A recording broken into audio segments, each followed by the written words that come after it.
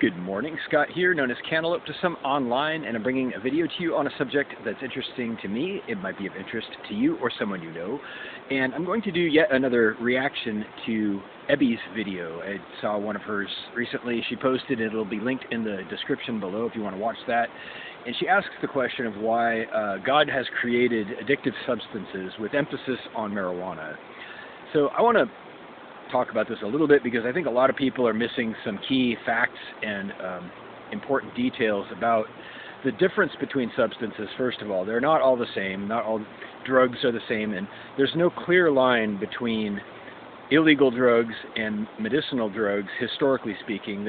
Many drugs go back and forth across that line, and it happens to hinge on what is supportable in terms of safety, what is considered safe among the community at large, and the rate of abuse. The addiction that she mentions is a huge factor in deciding what is legal and supportable versus what is not so prudent to have in circulation, that kind of thing. So certain drugs, just as background, I've done research papers on this myself in college. I actually studied opium and heroin.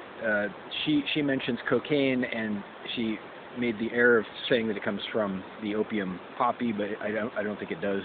Cocaine comes from the cocoa plant, and opium comes from the opium poppy. Its Latin name is Papaver somniferum. Not that it matters, but there are many derivatives. We call them opiates, and these are among the most powerfully addictive substances known to man, because they hijack the pleasure center of the human brain. They override the natural impulse for pleasure, and they affect it directly by way of the bloodstream, which screws you up. It screws you up in a big way, and you become very addicted very quickly.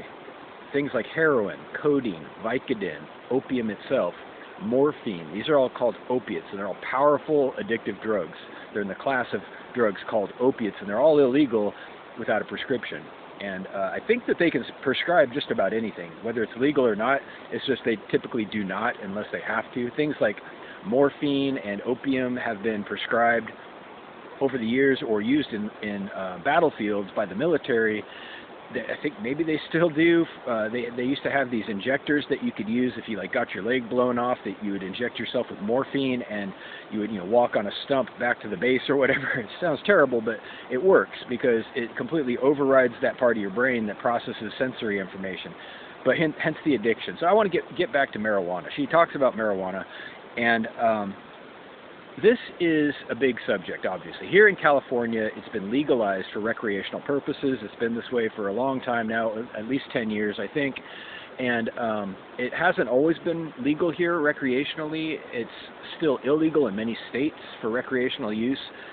However, speaking from personal experience, there's a bigger problem. Now, I think that what she's keying into, what a lot of people are confused about, actually, is the propensity for addiction, the tendency to become, to form a habit around a substance. Now, there's a predictor, there's an indicator, whether or not somebody is prone to habit forming.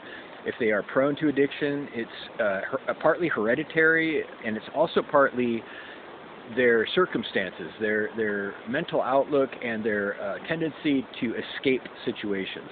This is a huge thing. So the real danger with marijuana, if you ask me, isn't so much that it's physically addicting, because it's not. I honestly partake maybe a couple of times a month, and I do so without any effort whatsoever, and I can go forever without it. It's completely optional to me.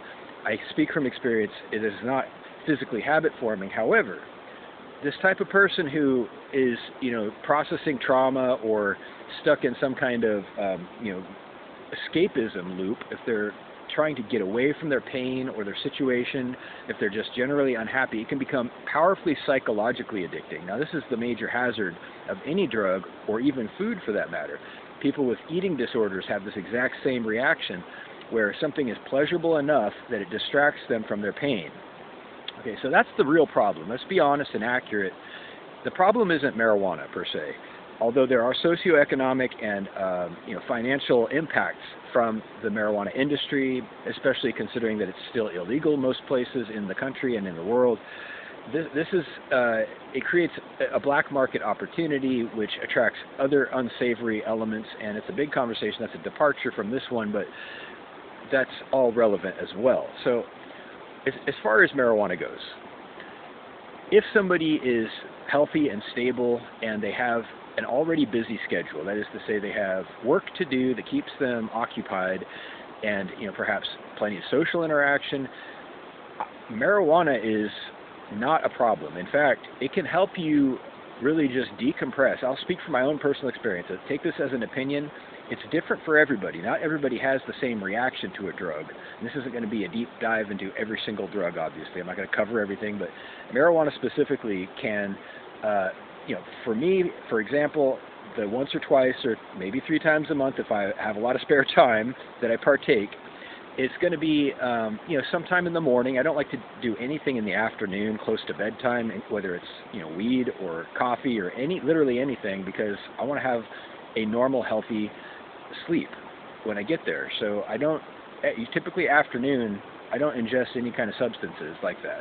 But in the morning, like early afternoon, I might partake, and it enables me to get out of my head just for long enough to process information in an altered way. It's a little bit of a change of perspective. I don't want to sell it. I'm not suggesting people run out and buy weed. I'm just saying for me, it can be very helpful without any noticeable hazard whatsoever. No addiction that she speaks of, and I can speak from personal experience. I'm 49 years old, going to be 50 this year. I picked up weed recreationally when I was 17 for the first time, and then I went for a long time without it. In my 20s, I actually got into a daily habit. Now here's a problem. This is very important. People who smoke weed every day, all bets are off. Okay, at that point, you're contaminating your whole body and your brain, your central nervous system, with powerful cannabinoids that do not flush out immediately. You become not just in the habit of smoking it, but your body will change. You will have noticeable effects to your fertility. If you're a man, this is measured. Your memory is affected. Your ability to plan ahead.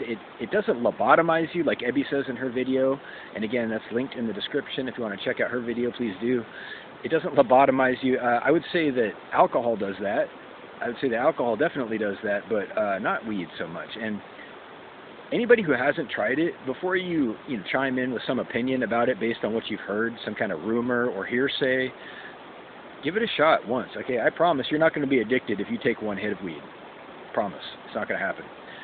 What you can do is speak from experience or not speak at all. You can listen to people who know what they're talking about, or just keep your mouth shut. Honestly, I'm tired of hearing people repeat things that they have no experience with. Okay, please. So I enjoy it. Final summary, 8 minutes. It helps me get out of my head. It helps me look at things just a little bit differently on the rare occasion, and I carefully avoid a daily habit. I'm not getting back into that. In my 20s, I had a daily habit. Things were unhappy at that point for a lot of reasons, and it was a circular problem, right? It wasn't because of the weed, and it wasn't because of my problems, but it certainly didn't help matters that I had a daily habit. But in moderation, it has my full endorsement. I'll just leave it at that. Reach out if you like with questions or comments down below. Thank you. Have a great day.